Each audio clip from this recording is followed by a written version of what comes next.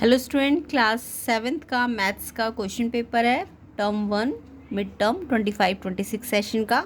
तो चलिए स्टार्ट करते हैं इसका सोल्यूशन। जिन बच्चों का ये एग्ज़ाम हो चुका है वो अपने आंसर्स चेक कर सकते हैं, एंड जिनके एग्ज़ाम अभी नहीं हुए उनके लिए इंपॉर्टेंट है, इसे अच्छी तरह से प्रैक्टिस कर लेना। एंड साथ ही साथ प्लेलिस्ट को भी देख लेना, लिंक डिस्क्रिप्शन में। PYQs अच्छी तरह से प्रैक्टिस कीजिएगा। तो क्लास 7 मैथ्स का ये मिड टर्म का क्वेश्चन पेपर है। तो स्टार्ट करते हैं इसके सोल्यूशन क्वेश्चन 1 से। तो देखिए क्वेश्चन 1 में आपको यहाँ पे 2 बकेट है, एक बड़ी वाली बकेट है, एक छोटी बकेट है, ठीक है। तो एक बिग बकेट है, इसने कितना पानी है इसके अंदर 45, पानी 45 लीटर है, बट इसकी कैपेसिटी 50 लीटर है, मतलब 50 लीटर आ सकता है, बट पानी कितना है 45 लीटर। कंटेन वाटर 45 है, ठीक है, बट कैपेसिटी बोले तो 50 लीटर है।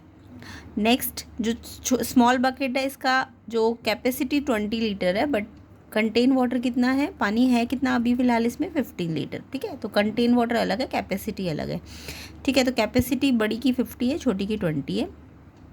अब फर्स्ट पार्ट है इसमें क्वेश्चन में, what part of the big bucket is the capacity of the small bucket.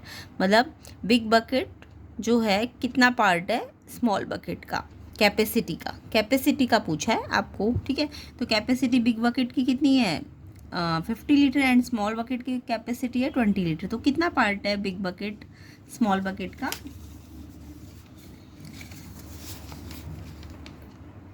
तो देखो पार्ट पूछा है, तो जब भी पार्ट पूछे तो यानी कि आपको छोटा वाला कैपेसिटी ऊपर रखना है और बड़ी वाले बकेट की कैपेसिटी नीचे रखना है, ठीक है, तभी तो पार्ट आएगा। अगर टाइम्स पूछते तो उल्टा करते, तब आप बड़ी बकेट का कैपेसिटी ऊपर रखते, छोटे का नीचे रखते। तो आपको पार्ट ऑफ कैपेसिटी पूछा है ना, तो जब भी पार्ट पूछे तो स्मॉल बकेट का कैपेसिटी ऊपर रखो और लार्ज का नीचे रखना है, ठीक है। तो 20 और स्मॉल की 20 थी कैपेसिटी एंड लार्ज की 50 थी। 0 से 0 कैंसिल, तो 2/5, यानी कि जो लार्ज बकेट है कितना पानी कंटेनर स्मॉल बकेट का 2/5, ठीक है। नेक्स्ट देखो, मतलब स्मॉल बकेट कितना पार्ट है ना बड़ी बकेट का। नेक्स्ट आपको पूछा है, how many time the volume of water in the small bucket is the volume of water in the large bucket. अब की बार पूछा कितना टाइम्स है volume of water small bucket, किसका volume of water in large bucket का। तो जब टाइम्स पूछे तो आपको जो बड़ा वाला जो है वैल्यू वो ऊपर रखना है और छोटा वाला वैल्यू नीचे रखना है। अब आपको यहाँ पे कैपेसिटी का नहीं पूछा, वॉल्यूम का पूछा, यानी कितना पानी है स्मॉल बकेट में और कितना पानी है लार्ज बकेट में। तो देखो टाइम्स पूछा तो लार्ज बकेट का वाटर ऊपर रखो, ठीक है, जो उसमें पानी है, और स्मॉल वाला नीचे रखोगे। तो यहाँ पे आपको volume of water large bucket को डिवाइड करना है, volume water in small bucket. तो 15 से 45 कैंसिल हो जाएगा ना, 15 1 जा 15 3 जा, तो 3 टाइम्स आ जाएगा, ओके। तो टाइम्स जब बोले तो बड़ा वाला वैल्यू ऊपर, छोटा वैल्यू नीचे, और जब पार्ट बोले तो समझ जाओ यानी स्मॉल का पूछा है आपसे, तो स्मॉल का ऊपर लार्ज का नीचे। यहाँ कैपेसिटी बोला था, यहाँ वॉल्यूम बोला है, तो यहाँ पे जितना एक्चुअल वाटर है उसका रेशियो निकालना था, ओके। नेक्स्ट क्वेश्चन देखते हैं इसका, फर्स्ट क्वेश्चन का। ये सब फर्स्ट क्वेश्चन के पार्ट है। सी ऑप्शन देखो, how much part of water in small bucket needed to fill the large bucket.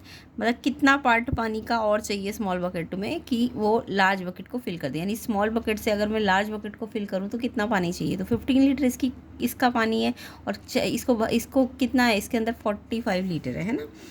तो यानी कि आपको 15 लीटर, कितनी 15 लीटर डालोगे कि 45 लीटर बन जाए। तो आपको 45 को 15 से क्या कर देना है, डिवाइड कर देना है ना। तो सी ऑप्शन में आपको 45 को 15 से डिवाइड करोगे तो 3 टाइम्स पानी और चाहिए, ताकि बड़ी बकेट छोटी बकेट से क्या हो जाए, फिल हो जाए, ओके। तो यहाँ पे 3 टाइम्स।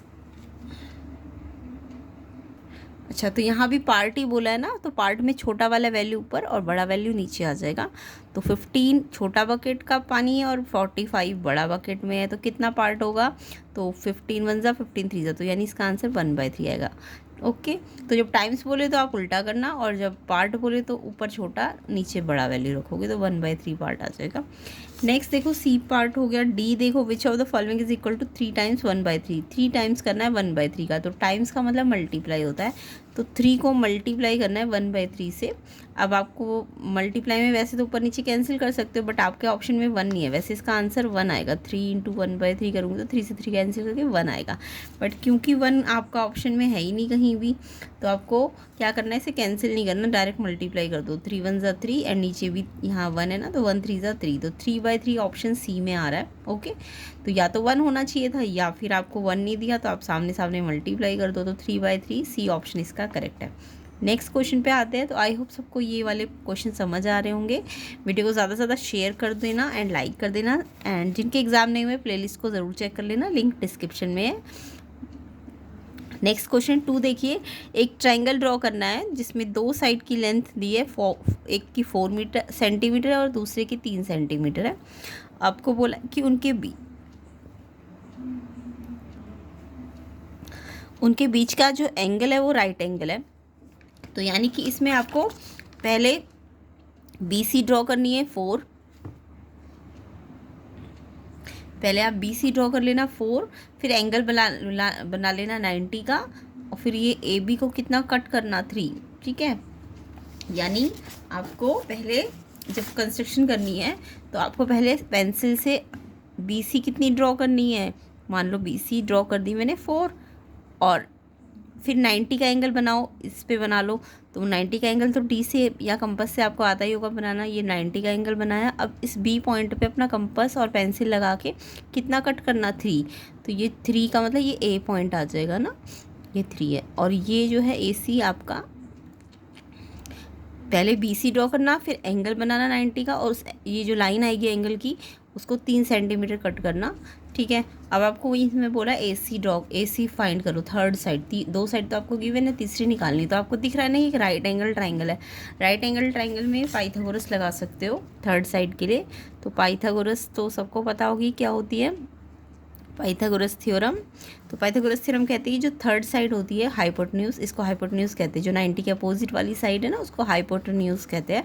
तो जो थर्ड साइड है ना, ये इन 2 साइड्स के स्क्वायर के सम के, यानी ये वाला कैसे निकलेगा, इसका स्क्वायर करो इक्वल्स टू ये 2 का स्क्वायर करो एंड प्लस कर दो, तो इसे पाइथागोरस थ्योरम कहते हैं। तो AC तो आपको निकालनी है, AC square as it is रखा, AB की जगह 3 रख दो और उस पर स्क्वायर लगाया 3 का स्क्वायर, एंड प्लस BC की जगह 4 रख दो 4 का स्क्वायर। अब 3 का स्क्वायर मतलब 3 को 3 से मल्टीप्लाई करके 9 आएगा, 4 का स्क्वायर मतलब 4 को 4 से मल्टीप्लाई करना है, 3 का स्क्वायर मतलब 3 को 3 से मल्टीप्लाई करना है, तो 4 4 जा 16। अब 9 16 ऐड करोगे तो 25 आएगा ना।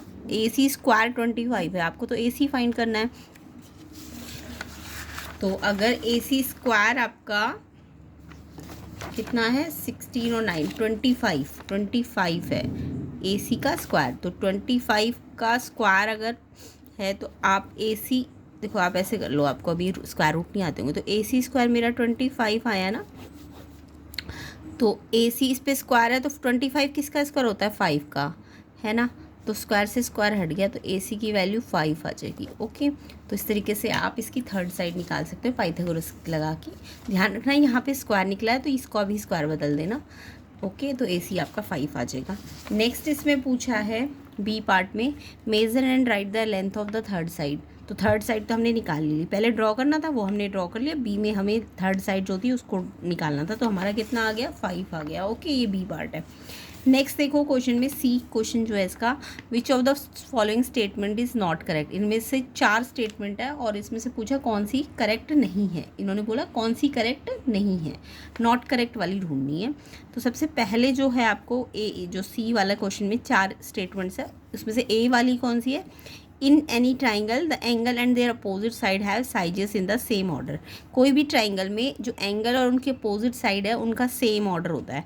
इसका कहने का मतलब है कि जो अगर एंगल बड़ा है तो उसकी जो अपोजिट साइड है वो बड़ी होती है, ये आपने पढ़ा होगा, है ना। अपोजिट साइड अगर लार्जेस्ट एंगल है तो जो उसकी अपोजिट साइड होती है वो लार्जर होती है, ये पढ़ रखा है ना। एंड स्मॉलेस्ट एंगल होता है उसके अपोजिट साइड स्मॉलर होती है। तो बिल्कुल सही है, एंगल और उसके अपोजिट साइड जो होती है सेम ऑर्डर में ही होती है। अगर ये बड़ा एंगल है तो ये साइड भी क्या होती है उसके अपोजिट वाली साइड भी बड़ी होती है। तो बिल्कुल करेक्ट है ये, तो A वाला तो करेक्ट है। B देखो, in any triangle the length of longest side greater than the sum of length of other 2 side. ये गलत है। देखो आपने पढ़ा होगा ट्राइंगल की प्रॉपर्टी कि ट्राइंगल में क्या होता है, किसी भी ट्राइंगल में मान लो ये ए बी सी है, तो दो साइड का टोटल, पहली साइड ए बी, दूसरी साइड अगर मैं बी सी इनको प्लस करती हूँ ना, तो दो साइड का जो सम होता है ना वो हमेशा तीसरी से क्या होना चाहिए, बड़ा होना चाहिए। ये एक ट्रायंगल की इनइक्वालिटी थ्योरम होती है, यानी कि कोई भी दो साइड लोगे तो वो उनका जो सम आएगा ना ऑलवेज ग्रेटर होना चाहिए थर्ड साइड से, यानी थर्ड साइड ऑलवेज स्मॉलर होती है बाकी दो साइड से सम से, ठीक है। तो ये ट्रायंगल इनइक्वालिटी थ्योरम होती है। तो यहाँ पे बोल रहा है कि एक ट्रायंगल में length of longest side greater होती है length of other two side. तो देखो जब मैंने सम किया दो साइड का तो वो तो बड़ा आना चाहिए, लॉन्गेस्ट साइड चाहे साइड कितनी भी बड़ी क्यों ना हो, बट दो का सम अगर कर रहे हो तो वो हमेशा बड़ा होता है तीसरे से। तो ये बोल रहा है लॉन्गेस्ट साइड बड़ी होगी, नहीं ये गलत है, क्योंकि मैंने बताया ना दो साइड का टोटल तीसरी से बड़ा होता है। तो बी वाला आपका इनकरेक्ट है और आपको इनकरेक्ट वाला ही ढूंढना है, तो यानी बी पे टिक लगा दोगे आप, ठीक है, क्योंकि हमें नॉट करेक्ट वाला पूछा है क्वेश्चन में। ए तो करेक्ट था, बी आपका इनकरेक्ट है। सी भी देखो पढ़ लेते हैं। सी बोल रहा है the sum of measure of three angle of any triangle 180 degree. ये ऐसी तो बिल्कुल ठीक है कि किसी भी ट्राइंगल के अंदर तीनों एंगल्स का सम 180 होता है, बिल्कुल करेक्ट है, सबको पता होगा। और डी बोला in any triangle length of longest side less होती है sum of length of other two side. Yes, ये स्टेटमेंट ठीक है कि sum of other two side जो होती है वो ज़्यादा है और जो लॉन्गेस्ट साइड है वो लेस होती है, बिल्कुल ठीक है, ये अभी मैंने आपको समझाई थी। तो डी भी सी सही है, सी भी सही है, बी आपका नॉट करेक्ट है और नॉट करेक्ट वाला ही आंसर ढूंढना है, तो बी ऑप्शन पे टिक करना है। ओके, नेक्स्ट देखो क्वेश्चन 3, इसके अंदर दो क्वेश्चन है आपके, ठीक है। तो यहाँ पे आपका थर्ड का ए वाला पार्ट देखते हैं। A rectangular garden has an area 63/4 square metre. देखो स्क्वायर मीटर है तो समझ जाओ एरिया है, एंड विड्थ जो है इसकी 1/1.5 मीटर है। तो किसी भी रेक्टेंगल में एक तो विड्थ होती है एक लेंथ होती है, तो विड्थ आपको गिवन है, एरिया भी गिवन है, आपको इसकी लेंथ निकालनी है, यानी अब की बार आपको एरिया नहीं निकालना, लेंथ निकालनी है। तो एरिया का फॉर्मूला तो सबको आता होगा, एरिया क्या होता है किसी भी रेक्टेंगल का, लेंथ इनटू ब्रेथ या विड्थ। तो लेंथ अगर निकालनी है तो एरिया को ब्रेथ से डिवाइड करना पड़ेगा। तो लेंथ का फॉर्मूला भी याद कर लो, लेंथ ऑफ गार्डन कैसे निकलेगा, एरिया अपॉन में ब्रेथ, ब्रेथ मतलब विड्थ को कहते हैं, ठीक है। तो एरिया आपको कितना दिया है 63/4, अब ब्रेथ डिवाइड हो रही है ना तो डिवाइड का साइन लगा दिया मैंने क्योंकि फ्रैक्शन था। तो यहाँ पर एरिया का फ्रैक्शन आपको दिया है मिक्स्ड में 63/4 डिवाइड, एंड ब्रेथ या विड्थ का फ्रैक्शन दिया हुआ है 1.5, एंड ये इससे डिवाइड हो रहा है। अगर एरिया निकालना है तो मल्टीप्लाई होता है, बट अगर एरिया गिवन है तो एरिया से ब्रेथ क्या हो जाएगी, डिवाइड हो जाएगी। अब आपको मिक्स फ्रैक्शन को चेंज करना तो आता ही होगा, इसको पहले से मल्टीप्लाई करो। कैसे करते हैं मिक्स फ्रैक्शन को चेंज, पहले इसको इस वाले पार्ट को इससे मल्टीप्लाई करना चाहिए और फिर ऊपर वाला पार्ट प्लस कर देना चाहिए। तो 6 4 जो 24 और 3 27, ऊपर 27 आ जाएगा एंड नीचे 4 एज इट इज़ आ जाएगा। ऐसे सेम इसको करो, 2 को 1 से पहले मल्टीप्लाई करो और फिर ऊपर वाला जो 1 है वो प्लस कर दो। तो 2 1 2 और 1 3/2। ओके, आई होप ये तो सबको आता होगा। अब डिवाइड फ्रैक्शन जब भी डिवाइड हो रहे हो तो आपको रूल पता होगा, पहला वाला फ्रैक्शन तो एज इट इज़ लिखा करो 27/4, पर जो ये सेकंड वाला फ्रैक्शन होता है ना, जब डिवाइड है ना तो मल्टीप्लाई में अगर आप चेंज करोगे, डिवाइड को मल्टीप्लाई में लाते हैं तो ये जो सेकंड वाला फ्रैक्शन होता है ये रेसिप्रोकल हो जाना चाहिए। इसको क्या करना है, आपको रेसिप्रोकल कर देना है, ठीक है। तो डिवाइड में क्या करते हैं, पहले वाला फ्रैक्शन एज इट इज़ फिर इनटू, और ये वाला फ्रैक्शन उल्टा कर देना है, रेसिप्रोकल कर देना है सेकंड वाला।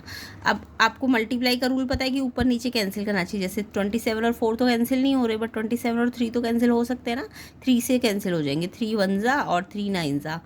अब ये 2 और 2 4 भी कैंसिल हो जाएंगे, 2 1 जा पे और 2 2 जा पे 4 आ जाएगा, है ना। तो सेम टेबल से ऊपर नीचे कैंसिल करना है एंड अब आपको सामने सामने मल्टीप्लाई कर देना है, 9 1 जा 9 एंड 2 1 जा 2।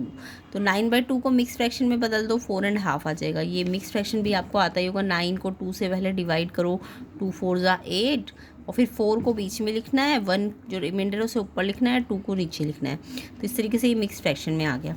अब आपको इसका ये लेंथ पता चल गया 4.5 मीटर, तो यही आपको निकालना था, ठीक है, ये आंसर है। इसके बाद इसमें नेक्स्ट पार्ट में आपको बोला है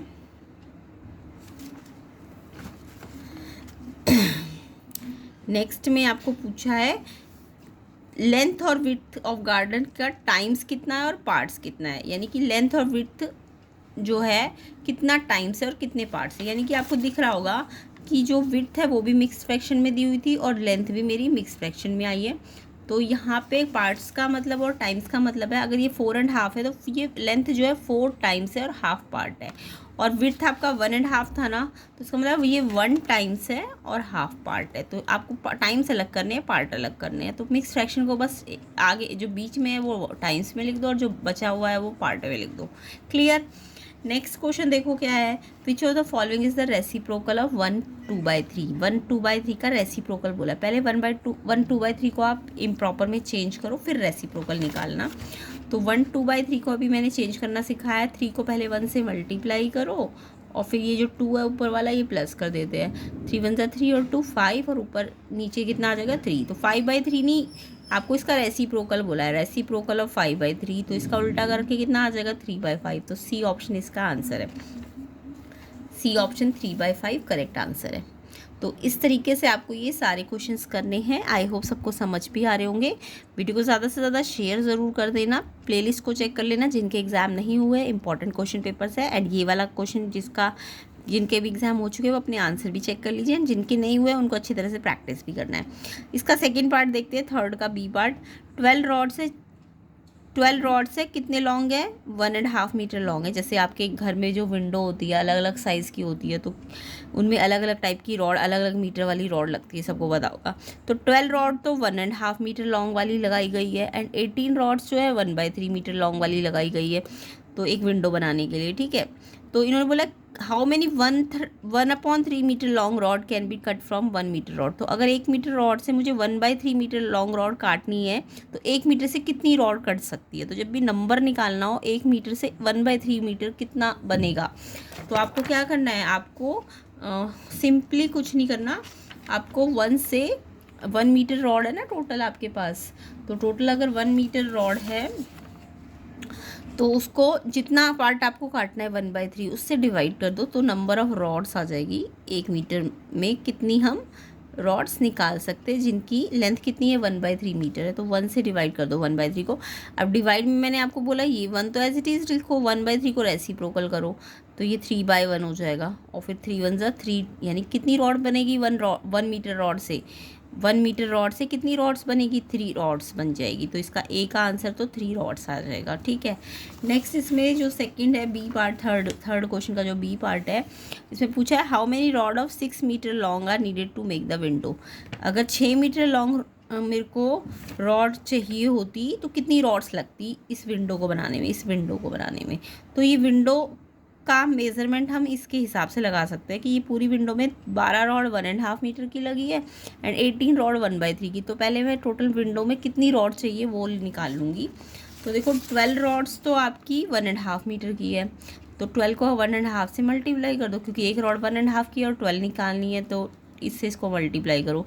सेम ऐसी एक रॉड 1/3 मीटर की और कितनी रॉड चाहिए वो 18, इसको इससे मल्टीप्लाई करो। और फिर टोटल लेंथ ऑफ रॉड जो विंडो के लिए चाहिए, ठीक है, विंडो के लिए चाहिए वो इनको प्लस करके आएगी। एक तो ये वाली रॉड चाहिए थी, एक ये वाली रॉड चाहिए थी।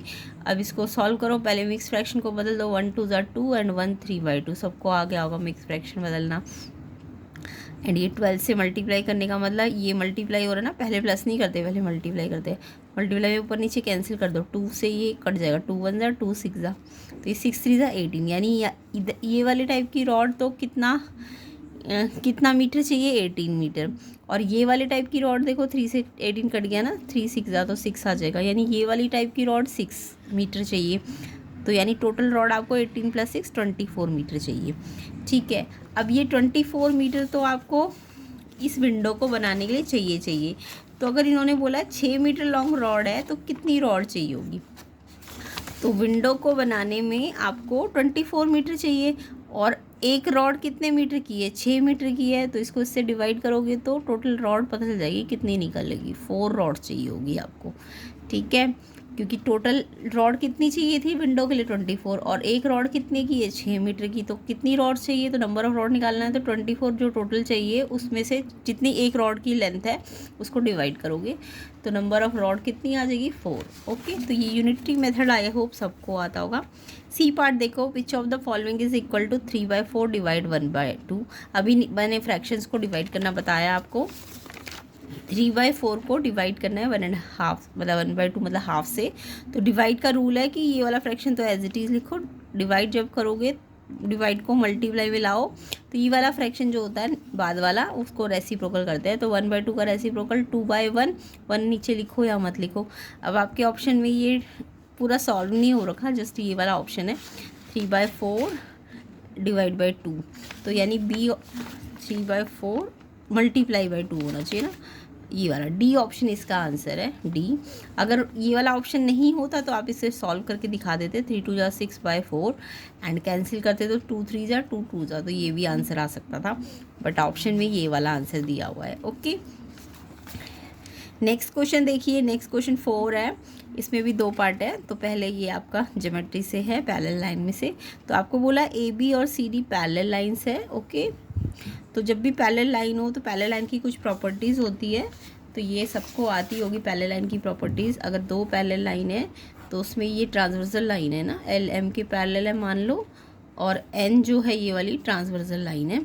तो ये वाला एंगल जो लाइन के पैरेलल लाइन के ऊपर वाला एंगल है, इस ऊपर वाले एंगल के बराबर होता है, इसको कहते हैं कॉरस्पॉन्डिंग एंगल्स। ओके, या फिर यानी ये ऊपर वाले के, अगर इसके नीचे वाले की बात करूँ ये वाला, तो ये इस वाले के इक्वल होगा, ये भी कॉरस्पॉन्डिंग। ऐसे इधर वाला एंगल जो होता है इधर वाले एंगल के इक्वल होता है, ऊपर वाले एंगल के, नीचे वाला इस नीचे वाले के। ठीक है, तो इस टाइप के जो एंगल बनते हैं इन्हें कॉरस्पॉन्डिंग एंगल कहते हैं। समझ गए? एक तो मैंने बना के दिखा दी कि ये वाला इसके, या फिर ये वाला कहूँ तो इसके, नीचे वाला नीचे वाले के, इसको हम कॉरस्पॉन्डिंग एंगल कहते हैं। अगर अल्टरनेट इंटीरियर की बात करें तो ये लाइन के अंदर बनाने हैं इंटीरियर, है ना। तो ये अगर ये 2 पैरेलल लाइन के अंदर की बात करूँ तो ये अगर इधर बन रहा है ना, तो अल्टरनेट में दूसरा वाला इधर बनता है। ठीक है, लाइन के अंदर होगा और एक इधर होगा तो एक इधर होगा, इसे अल्टरनेट इंटीरियर कहेंगे। ऐसे ही अगर ये वाला इधर है तो ये वाला इधर होगा, तो ये भी इक्वल होता है, ये वाला इसके इक्वल है, ये वाला इसके इक्वल है। ओके, और एक पैरेलल लाइन की प्रॉपर्टी होती है सम ऑफ इंटीरियर की, यानी पैरेलल लाइन के अंदर बनाऊँ अगर मैं सम ऑफ इंटीरियर को,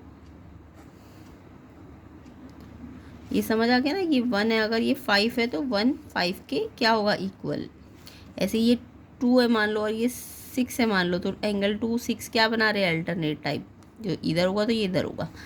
एंड सम ऑफ इंटीरियर में अगर ये लाइन के अंदर इधर है तो ये लाइन के अंदर इधर ही लाइन के अंदर ही होगा, पहले लाइन के अंदर ही होगा, बट एक ही जगह पे होगा, तो इसे सम ऑफ इंटीरियर कहेंगे। ये इक्वल नहीं होते, मान लो ये 2 है और ये 5 है, तो 2 और 5 का जो सम होता है ना वो 180 होता है। इस टाइप के प्रॉपर्टीज़ होती है किसी भी पैरेलल लाइन के अंदर।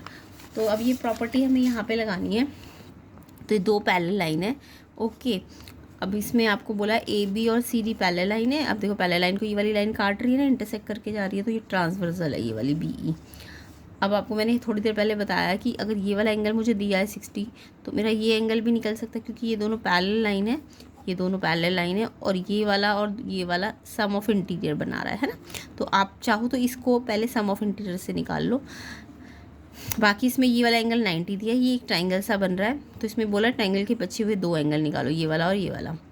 तो यहाँ पे पहले मैं ये वाला चाहे सम ऑफ इंटीरियर करके पहले ही निकाल सकते हो आप, अदरवाइज़ ये वाला निकाल लो पहले। देखो ये पैरेलल लाइन है, ये ट्रांसवर्सल है, और ये ऊपर वाला 60 है, तो ये नीचे वाला कॉरस्पॉन्डिंग बना रहा है ना, ये वाला इस पैरेलल से इस ट्रांसवर्सल तक, ऐसे ये इस पैरेलल से इस ट्रांसवर्सल तक ही है। तो जब ये पैरेलल से ट्रांसवर्सल और सेम ये इस वाले पैरेलल से इस ट्रांसवर्सल तक सेम ट्रांसवर्सल जा रही है ना, तो ये नीचे नीचे बन रहे तो कॉरस्पॉन्डिंग है। तो यानी इसका नाम है ए बी एफ और इसका नाम है सी एफ ई। तो ए बी एफ और सी एफ ई दोनों कितने के आ जाएंगे, 60 60 के आ जाएंगे ना दोनों, क्योंकि कॉरस्पॉन्डिंग एंगल है, लाइन्स पैरेलल है।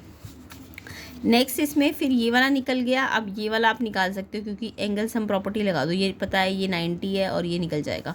तो angle sum property C E F, angle C, angle F और एंगल ई, पूरा प्रॉपर नाम लिखो। सी लिखना है तो सी को बीच में लाओ, ई सी एफ, ई सी एफ, सी लाना है तो सी को बीच में, फिर एफ लाना है तो एफ को बीच में लाओ, सी एफ ई, फिर ई लाना है तो सी ई एफ, है ना। ये टोटल 180। अब ये पता आपको, ये तो आपको मालूम करना है, ये वाला एंगल, ये 60 मिल गया ये वाला, और ये 90 मिल गया।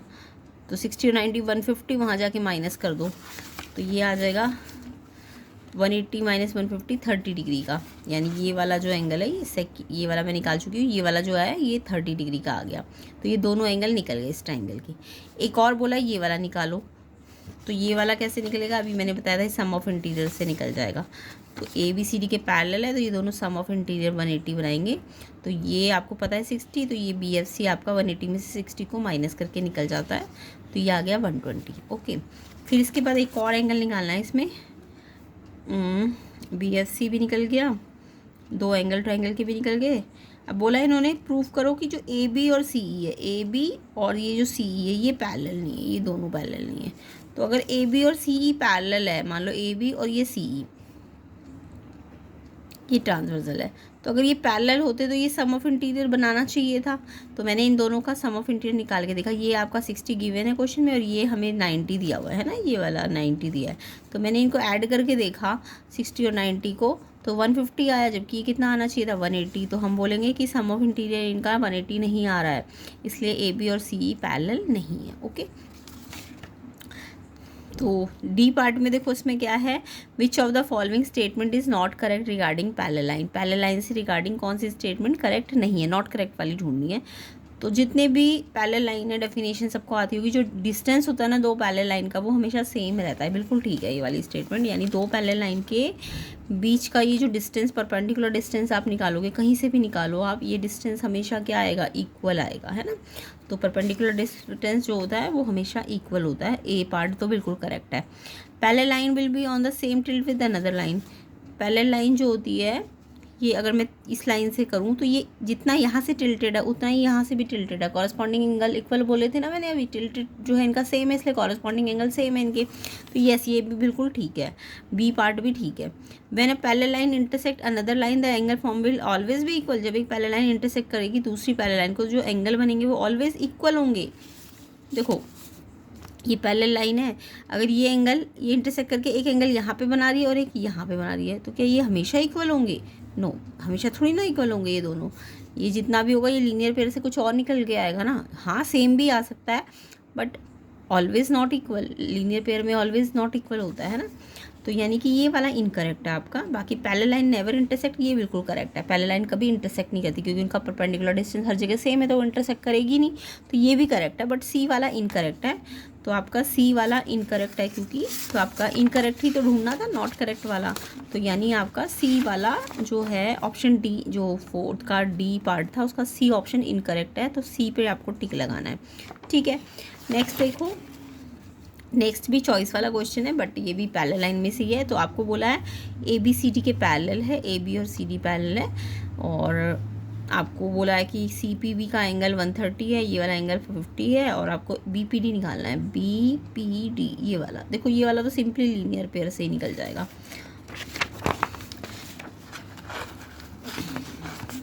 देखो ये पता है और ये निकालना है, तो आपको पता नहीं एक लाइन बन रही है, ये लाइन के अंदर दो एंगल बन रहे हैं, एक इधर, तो ये लीनियर पेयर होता है। तो ये 130 तो ये निकाल लो, तो ये सी पी बी है इसका नाम और इसका बी पी डी है, तो इनका टोटल 180 होता है लीनियर पेयर। ये पता है 130, बी पी डी आपको निकालना है, बी पी डी निकालना है, तो ये 130 वहाँ जाके माइनस कर दो तो ये 50 आ गया। तो ये ए पार्ट है आपका। ठीक है, बी पार्ट में आपको क्या बोला है, बी पार्ट में बोला ए बी पी निकालो, A B P, A B P, A B P, यानी देखो ये पैरेलल लाइन है, ए बी पी यहाँ बन रहा है, और आपको ये वाला तो दिया ही हुआ है क्वेश्चन में, जब दो पैरेलल लाइन में अंदर अंदर दोनों सेम साइड पे एंगल होते हैं तो इनका सम 180 होता है, तो हमने अभी पढ़ा था ना। तो ये 130 तो दिया, ये वाला निकालना है, तो इन दोनों का सम कितना होता है 180, क्योंकि ए बी सी डी के पैरेलल है, तो ए बी पी और A B P C 180 sum of interior बना रहे हैं, तो इसलिए ये आपको निकालना है। ये बी पी सी आपको पता है 130, तो 180 में से इसको माइनस करोगे तो 50 डिग्री आ जाएगा ये वाला। तो इसका बी पार्ट का आंसर 50 डिग्री है। ठीक है, नेक्स्ट देखो third part, using the measure of angle proof C E and B F also parallel. C E और बी एफ भी पैरेलल प्रूफ करना है आपको। तो अगर सी ई बी एफ के पैरेलल करना है, सी ई बी एफ के, तो आप या तो कॉरस्पॉन्डिंग इक्वल कर दो या सम ऑफ इंटीरियर इक्वल कर दो, कुछ भी इक्वल कर सकते हो। तो यहाँ पे मेरे को दिख रहा है ये 50 और ये भी 50 आया था ना, अभी निकाला था, तो ये भी कितना आया था 50 आया था। तो ये देखो ये इसके इक्वल है, तो अगर ये पैरेलल लाइन है तो ये दोनों कॉरस्पॉन्डिंग होंगे, तो यस कॉरस्पॉन्डिंग तो इक्वल आ रहे हैं 50-50, तो लाइंस क्या होंगी पैरेलल। तो हम बोलेंगे ए ओ सी, ये जो ए ओ सी है इस पैरेलल पे बन रहा है, और जो ए बी पी है वो इस वाले B C B F parallel पे बन रहा है। तो ये दोनों कितना आ रहे हैं, ए ओ सी और ए बी पी या ए बी एफ कुछ भी कह लो, ये 50 डिग्री आ रहे हैं और ये कॉरस्पॉन्डिंग एंगल बना रहे हैं, तो ये लाइन इसके क्या हो जाएगी, पैरेलल हो जाएगी। ठीक है, नेक्स्ट इसमें बोला है कौन सी statement regarding parallelogram not correct है। तो पैरेललोग्राम में अपोजिट एंगल इक्वल होते हैं। आपने पैरेललोग्राम की प्रॉपर्टीज़ पढ़ी होगी, ये पैरेललोग्राम में मान लो तो ये एंगल इसके इक्वल होता है, यस अपोजिट एंगल इक्वल होता है, ये वाला इसके इक्वल है। और एडजेसेंट एंगल यानी कि एक जो बड़ा एंगल होता है एक छोटा एंगल होता है, इनका सम 180 होता है। ये तो इक्वल होते हैं अपोजिट एंगल, और ये दोनों का सम 180 होता है एडजेसेंट का। तो एडजेसेंट में एक बड़ा होगा और एक छोटा होगा, है ना। तो यस, तो पैरेलल लाइन पैरेललोग्राम में अपोजिट एंगल इक्वल होते हैं, ये तो करेक्ट है। अपोजिट साइड भी इक्वल होती है, ये भी करेक्ट है। 4 side always equal, no, parallelogram की सारी साइड इक्वल नहीं होती। हाँ, रोम्बस स्क्वायर होते हैं तो इक्वल होती है, बट पैरेललोग्राम में ज़रूरी नहीं है, तो ये इनकरेक्ट है। उसके बाद the sum of measure of small and large angle 180, yes ये मैंने अभी बताया था, एक लार्ज एंगल एक स्मॉल एंगल दोनों एडजस्टेंट बनाएंगे तो 180 होगा। तो यानी सी वाला नॉट करेक्ट है, क्योंकि सी में क्या बोला है कि 4 साइड ऑलवेज इक्वल, नो, तो ये इनकरेक्ट है और इसी को चूज़ करना था, तो सी ऑप्शन इसका आंसर है। तो आई होप सबको ये पैरेललोग्राम की भी प्रॉपर्टी और पैरेलल लाइंस की प्रॉपर्टी भी पता चल गई होगी। नेक्स्ट पार्ट में हम 5th क्वेश्चन को कंप्लीट कर लेंगे, ये रेक्टेंगल के बारे में है, एंड फिर इसके नेक्स्ट में ये ट्रायंगल और इसके अंदर बहुत सारी शेप्स बनी हुई है, तो इसका भी क्वेश्चन हम सॉल्व करेंगे। तो आई होप वीडियो अच्छी लगी होगी, वीडियो को ज़्यादा से ज़्यादा शेयर कर दो, लाइक कर दो। पैरेललोग्राम की प्रॉपर्टीज़ और बाकी प्रॉपर्टीज़ भी सीख लेना अच्छी तरीके से, जिनके एग्ज़ाम नहीं हुए, एंड मिड टर्म के लिए भी इंपॉर्टेंट है, एनुअल के लिए भी अगर प्रिपरेशन कर रहे हो तो उसके लिए भी इंपॉर्टेंट है। तो अच्छी तरह से प्रैक्टिस कर लेना, प्लेलिस्ट को ज़रूर चेक कर लेना, लिंक डिस्क्रिप्शन में है। आई होप सबको समझ आ गया होगा, डिटेल सोल्यूशन है सारी वीडियोज़ के, एंड कंसेप्ट भी समझाए गए हैं। तो ज़्यादा से ज़्यादा लाइक करना, ज़्यादा से ज़्यादा शेयर कर दो, एंड चैनल में नए हो तो चैनल को सब्सक्राइब भी कर दो। और इसका जो सेकंड पार्ट का लिंक है, जो सेकंड पार्ट बनेगा उसका लिंक मैं डिस्क्रिप्शन में डाल दूँगी, एंड प्लेलिस्ट का लिंक भी डिस्क्रिप्शन में डाल दूँगी।